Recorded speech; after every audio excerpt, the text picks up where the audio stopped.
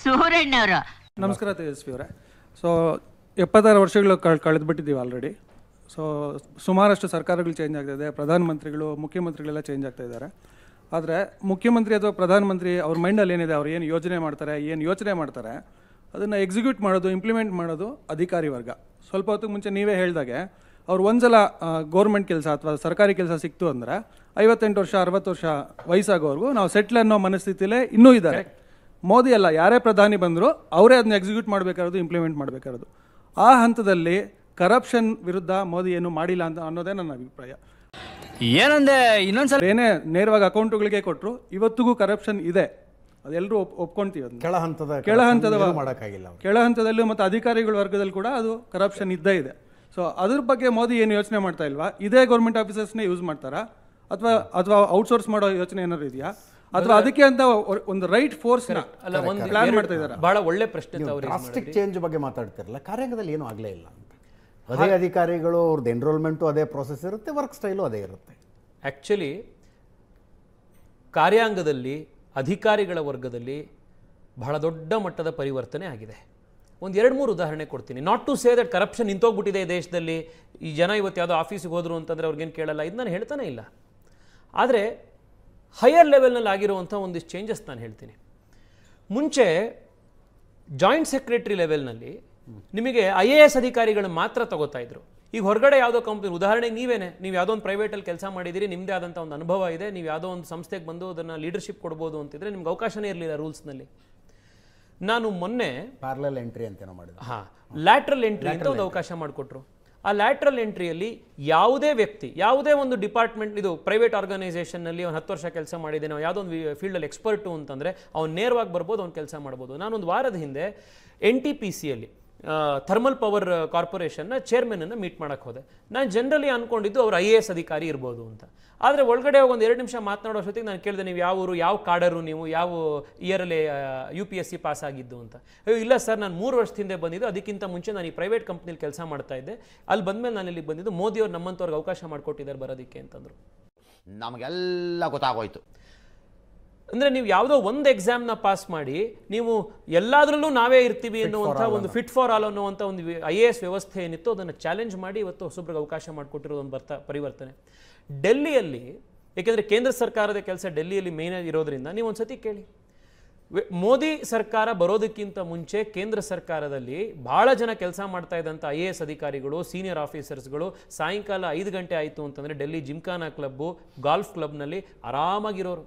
ಬೆಳಗ್ಗೆ 11 ಗಂಟೆಗೆ ಆಫೀಸಿಗೆ ಬರ್ತಿದ್ರು. ಇವತ್ತೆಲ್ಲ ಬಯೋಮೆಟ್ರಿಕ್ಸು ಅವು ಇವು ಆಗಿ ಬೆಳಗ್ಗೆ 9 ಗಂಟೆಯಿಂದ ರಾತ್ರಿ 11 ಗಂಟೆ, ಯಾಕೆಂದರೆ ಪ್ರೈಮ್ ಮಿನಿಸ್ಟರ್ 11 ಗಂಟೆ ತನಕ ಆಫೀಸಲ್ಲಿ ಕೂತಿದ್ದಾಗ ಬೇರೆಯವ್ರು ಇರಲೇಬೇಕು. ಈ ರೀತಿಯ ವರ್ಕ್ ಕಲ್ಚರಲ್ ಚೇಂಜ್ ಆಗಿದೆ. ಈಗ ಗೊತ್ತಾಯ್ತು.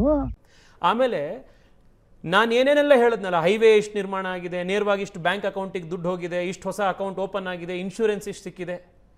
ಅಧಿಕಾರಿಗಳು ಕೆಲಸ ಮಾಡ್ದಲ್ಲೇ ಇದ್ರೆ ಇದು ಯಾವುದೂ ಆಗ್ತಿರ್ಲಿಲ್ಲ. ಸೊ ಅಲ್ಲ, ನಾನು ಹೇಳ್ತಿರೋದು ಇದೆಲ್ಲ ಆಗಿದೆ. ಆದರೆ ಭ್ರಷ್ಟಾಚಾರದ ಪ್ರಶ್ನೆ ನೀವು ಕೇಳಿದಾಗ 2 ಥರದ ಭ್ರಷ್ಟಾಚಾರ ಇರುತ್ತೆ. ಕೌಶಿಕ್ ಬಸು ಅನ್ನುವಂಥ ಒಬ್ಬರು ಇಕಾನಮಿಸ್ಟು ಇದಕ್ಕೊಂದು ಭಾಳ ಇಂಟ್ರೆಸ್ಟಿಂಗ್ ವ್ಯಾಖ್ಯಾನ ಕೊಟ್ಟರು. ಒಂದು ಹೋಲ್ಸೇಲ್ ಕರಪ್ಷನ್ನು, ಒಂದು ರಿಟೇಲ್ ಕರಪ್ಷನ್ನು ಅಂತ. ಹೋಲ್ಸೇಲ್ ಕರಪ್ಷನ್ ಅಂತಂದರೆ ಈ 2G ಸ್ಕ್ಯಾಮು, ಈ ಕೋಲ್ಗೇಟು, 2 ಲಕ್ಷ ಕೋಟಿ 10 ಲಕ್ಷ ಕೋಟಿ ಆದರ್ಶ ಸ್ಕ್ಯಾಮ್, ಇದೆಲ್ಲ ಸರ್ಕಾರದ ಲೆವೆಲ್ ದೊಡ್ಡ ಸ್ಕ್ಯಾಮ್ಗಳು. ಅದನ್ನು ನಿಮಗೆ ನೇರವಾಗಿ ಈ ಡಿಫೆನ್ಸಲ್ಲಿ, ಬೋಫೋರ್ಸಲ್ಲಿ ಆಗಿತ್ತು ರಾಜೀವ್ ಗಾಂಧಿ ಟೈಮ್ನಲ್ಲಿ, ಈ ಥರದ್ದು ಸ್ಕ್ಯಾಮ್ಗಳು. ಇದು ನಿಮಗೆ ನೇರವಾಗಿ ಒಬ್ಬ ವ್ಯಕ್ತಿಗೆ ಅದರ ಅಫೆಕ್ಟ್ ಆಗೋದಿಲ್ಲ. ಇನ್ನೊಂದು ರಿಟೇಲ್ ಕರಪ್ಷನ್ ಯಾವುದು ಅಂತಂದರೆ, ನಾವಿಲ್ಲಿಂದ ಹೋಗ್ತಾ ಇದ್ದೀವಿ, ಪೊಲೀಸ್ನವ್ರು ಹಿಡಿದ್ರು, ಹೆಲ್ಮೆಟ್ ಹಾಕಿಲ್ಲ ಅಂತಂದ್ರು, ನಮ್ಮನ್ನು ಸರ್ ಇಲ್ಲ ಸರ್ ನೋಡಿ ಸರ್ ಇದು ಅಂತಂದ್ರು, ಇಲ್ಲ ಅಂದರೆ ಕೊಟ್ಟೋಗು ನೀನು ಅಂತ. ಇದು ಕರಪ್ಷನ್. ನೀವು ಸಬ್ ರಿಜಿಸ್ಟರ್ ಆಫೀಸ್ಗೆ ಹೋಗ್ತೀರಾ, ರಿಜಿಸ್ಟ್ರ್ ಮಾಡ್ಕೊ ಅಂತ, ಯಾವ ಏರಿಯಾ ನೋಡ್ಕೊಂಡು ಅವ್ನು, ಇದು ರಿಟೇಲ್ ಕರಪ್ಷನ್, ವೈಯಕ್ತಿಕವಾಗಿ ಬರುವಂಥದ್ದಕ್ಕೆ. ಈ ಸೆಕೆಂಡ್ ರಿಟೇಲ್ ಕರಪ್ಷನ್ ಇದೆ. ಈಗ ಫಸ್ಟ್ ಕರಪ್ಷನ್ ಏನಿದೆ, ಈ ಹೋಲ್ಸೇಲ್ ಕರಪ್ಷನ್ನು, ನರೇಂದ್ರ ಮೋದಿಯ ಕಡು ವಿರೋಧಿಗಳು ಕೂಡ ನರೇಂದ್ರ ಮೋದಿ ಸರ್ಕಾರದಲ್ಲಿ ಟಾಪ್ ಲೆವೆಲ್ನಲ್ಲಿ ಯಾವುದೇ ಕರಪ್ಷನ್ ನಡೆದಿಲ್ಲ ಅಂತ ಅವರೇ ಒಪ್ಕೊಳ್ತಾರೆ. ರಫೇಲ್ನಲ್ಲಿ ರಾಹುಲ್ ಗಾಂಧಿ ಅವರು ಗಲಾಟೆ ಮಾಡಿ ಸುಪ್ರೀಂ ಕೋರ್ಟಿಗೆ ಹೋಗಿ, ಸುಪ್ರೀಂ ಕೋರ್ಟ್ ಸ್ಪೆಷಲ್ ಇನ್ವೆಸ್ಟಿಗೇಷನ್ ಟೀಮನ್ನು ಅಪಾಯಿಂಟ್ ಮಾಡಿ ಎಲ್ಲ ಮಾಡಿದ ಮೇಲೂ ಕೂಡ ಇದರಲ್ಲಿ ಏನೂ ಇಲ್ಲ ಅಂತ ಬಂತು. ಇನ್ನು ಬೇರೆ ಬೇರೆ ಕರಪ್ಷನ್ ಇದೆ, ನಾವೆಲ್ಲ ಅಂಗಡಿ ನೀವು ಹೇಳೋವಂಥದ್ದು ಇದು. ಇದನ್ನು ಅಡ್ರೆಸ್ ಮಾಡೋಕ್ಕೆ ಪ್ರಧಾನಮಂತ್ರಿಗಳು ಈಸ್ ಆಫ್ ಲಿವಿಂಗ್ ಅಂತ ಏನು ಹೇಳ್ತಾ ಇರ್ತಾರೆ, ಅದನ್ನು ಉದಾಹರಣೆಗೆ ಡಿಜಿ ಲಾಕರ್. ನಿಮಗೆಲ್ಲ ನಿಮಗೆ ಇದಕ್ಕೆ ಒಂದೇ ಮಾರ್ಗ ಏನು ಅಂತಂದರೆ ಅಧಿಕಾರಿಗೂ ಮತ್ತು ಒಬ್ಬ ವ್ಯಕ್ತಿಗೂ ಮುಖಾಮುಖಿನೇ ಆಗದಲ್ಲೇ ಟೆಕ್ನಾಲಜಿ ಬಂದ್ಬಿಡ್ತು ಅಂತಂದರೆ ಅವಾಗ ಭ್ರಷ್ಟಾಚಾರ ದೊಡ್ಡ ಮಟ್ಟ ಕಡಿಮೆ ಆಗುತ್ತೆ. ಹಿಂದೆ IT ರಿಟರ್ನ್ಸ್ನ ಫೈಲ್ ಮಾಡಿದ್ರೆ ನೀವು IT ಅಸೆಸ್ಮೆಂಟನ್ನು ಅಧಿಕಾರಿಗಳು ಮಾಡೋರು, ಇವಾಗ ಫೇಸ್ಲೆಸ್ ಅಸೆಸ್ಮೆಂಟು ಕಂಪ್ಯೂಟರ್ ಮಾಡುತ್ತೆ. ಅಧಿಕಾರಿಗೂ ಅವ್ರಿಗೂ ನಿಮಗೆ ಇಂಟ್ರಾಕ್ಷನೇ ಬರೋದಿಲ್ಲ. ನಿಮಗೆ ಅಕಸ್ಮಾತ್ ಡಾಕ್ಯುಮೆಂಟ್ಗಳು ಇಡೋಕ್ಕೆ ಅಪ್ರೈಸಲ್ ರಿವ್ಯೂ ಇದೆಯಾ ಸರ್ ಯಾರಿಗಾದ್ರು ಏನು ಕೆಲಸ ಮಾಡ್ತಾ ಇದ್ದಾರೆ 100% ವರ್ಷ ಏನು ಮಾಡಿದ್ದಾರೆ ಅಪ್ರೈಸಲ್ ಇದೆಯಾ ಸರ್ ಅವ್ರಿಗೆ? ಇದೆ. ಆದರೆ ನೀವು 5 ವರ್ಷ ನಡೀತಾ ಇದೆಯಾ ಸರ್? ಬರಬೇಕು. ನಾನು ನಿಮ್ಮ ಹತ್ರ ನಿಮ್ಮ ವಿಷಯಕ್ಕೆ ನಾನು ಸಹಮತ ವ್ಯಕ್ತಪಡಿಸ್ತೀನಿ.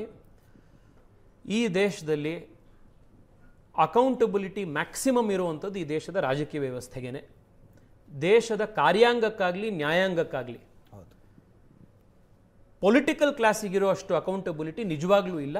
ಆ ದಿಕ್ಕಿನಲ್ಲಿ ನಾನು ಹೇಳಿರುವಂಥ 4-5 ಕೆಲಸಗಳಾಗಿವೆ, ಇನ್ನಷ್ಟು ಕೆಲಸ ಆಗಬೇಕಾಗಿದೆ. ನಾವೆಲ್ಲರೂ ಸೇರಿ ಆ ದಿಕ್ಕಲ್ಲಿ ಮಾಡಬೇಕು. ಅದನ್ನು 100% ಅಕ್ಸೆಪ್ಟ್ ಇದ್ದಾರೆ. ಬ್ಯೂಟಿಫುಲ್ ಬ್ಯೂಟಿಫುಲ್ ಅಷ್ಟೇ.